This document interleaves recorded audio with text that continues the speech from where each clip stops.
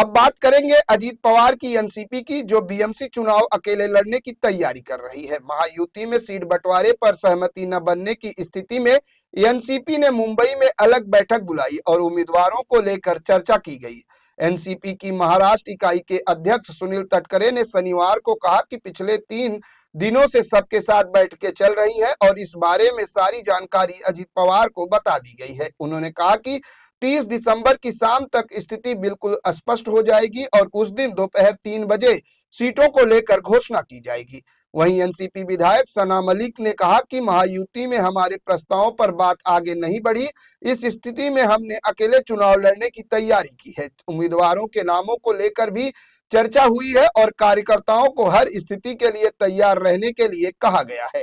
क्या कुछ बैठक में अब तक निकल के आया है, कितनी सीटों पर जो है एनसीपी चुनाव लड़ने की तैयारी में? क्योंकि अभी तक हमारे वरिष्ठों से हमारे को गो नहीं आया है कि हम अपने दम पे लड़ेंगे, लेकिन अगर वो ऐसा सिचुएशन आए तो हमारी क्या तैयारी है वो हिसाब से हमारी बैक टू बैक मीटिंग्स हो रही है। तो हमने कैटेगरीज वाइज जो हमारे पार्टी की तरफ से एकदम श्योर कैंडिडेट्स है उनकी लिस्ट बना के रेडी रखी है। जब भी हमारे वरिष्ठों का आदेश आता है तो हम वो लिस्ट से साथ आगे बढ़ेंगे। उसके बाद हमने बी और सी कैटेगरीज की भी मतलब इमीडिएटली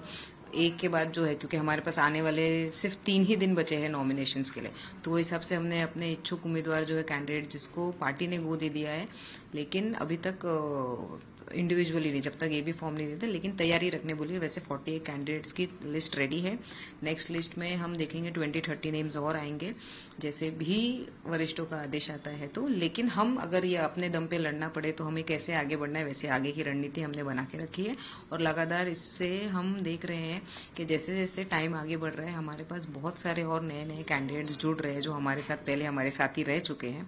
लेकिन उनको मौका नहीं मिल पा रहा है या उनको थोड़ा सा उस तरफ से लड़ने की उनकी उतनी बोलते ना हिम्मत या उनकी वो लेवल नहीं पहुंच पा रहे, तो हमारे पास अप्रोच कर रहे हैं। तो हम देखेंगे आने वाले कुछ दिनों में अगर हमको इंडिविजुअली लड़ना पड़े तो हम 100 के करीब सीट्स लड़ेंगे। कुछ सीट ऐसी है जहां पर अभी भी पेच जो है वो अटका हुआ है, क्योंकि कुछ देर पहले जो प्रदेश अध्यक्ष है उन्होंने कहा कि हमने बीजेपी के साथ जो अलायंस किया था, एनडीए के साथ जो अलायंस किया था, उसका फायदा हमें देखने को मिला और ये जो अलायंस है वो आने वाले दिनों में बरकरार रहेगा। तो ऐसी कुछ सीटें हैं जिसमें पेच जो है वो अटकी हुई है एनसीपी और जो एनडीए है उनके साथ नहीं, क्योंकि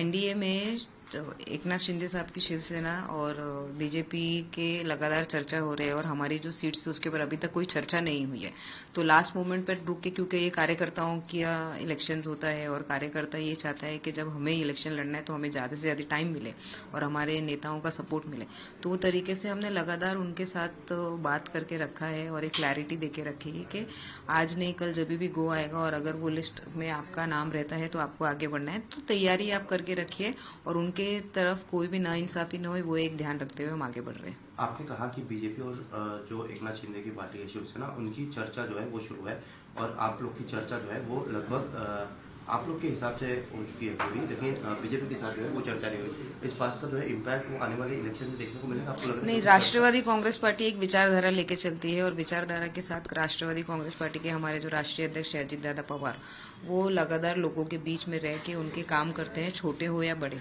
तो उस तरीके से जो इमेज हमारे लीडर की बनी है वो इमेज लेके बहुत सारे लोग, और आपने देखा होगा कि अभी जो लास्ट चुनाव हुआ है नगर पालिका का, तो उसमें बहुत सारे लोगों ने पूरी ताकत से अजीत दादा पवार साहब का साथ दिया है और वही रिजल्ट हमें ये इलेक्शन में भी देखने मिलेगा। और उसी तरीके से कुछ जो कैंडिडेट्स है जिनका भरोसा हमारे पास बढ़ रहा है, ऐसे लास्ट मोमेंट के कैंडिडेट्स की भी जांच हम कर रहे हैं। तो आने वाले आज और कल में हम देखेंगे, क्लैरिटी आ जाएगी और सिर्फ राष्ट्रवादी कांग्रेस पार्टी के तरफ से जो कैंडिडेट्स नहीं और भी जो नाराज दूसरी तरफ से कैंडिडेट्स है वो हमारे पास जुड़ रहे हैं और हम उनको मौका देंगे। महायुति में सीटों का जो बंटवारा है वो अब तक क्लियर नहीं हुआ है। आप ये कह रही हैं कि 100 सीटों पर लड़ने की तैयारी और जीतने की तैयारी है। इस बारे में महायुति के बाकी घटकों के साथ चर्चा की गई है कि हम 100 सीट नहीं,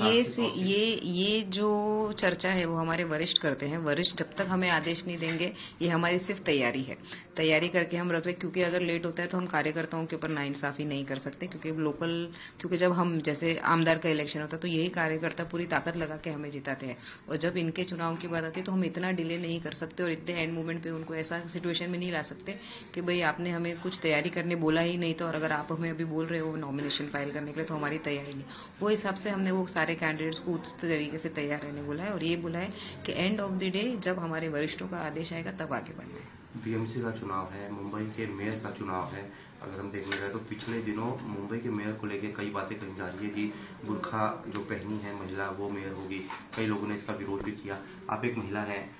कैसे देख रही है इस लगातार जो चर्चा शुरू है मुंबई के मेयर को लेकर? देखो, भारत के संविधान ने हर किसी को सामान्य अधिकार दिया है, और वो सामान्य अधिकार से उस सीट पे मेयर बनने के लिए एक हिजाबी वुमेन भी बैठ सकती है और नॉन हिजाबी वुमेन भी बैठ सकती है, और कोई भी पुरुष बैठ सकते हैं। लेकिन वो तय करने का अधिकार जनता को दिया है। जनता जिसको चुन के लाएगी, वो चुनने के बाद वही तय करेगी कि मेयर कौन बनेगा। एक आखिरी सवाल, जनता को अधिकार जो है वो तो आपने कहा कि जनता को अधिकार दिया हुआ है, लेकिन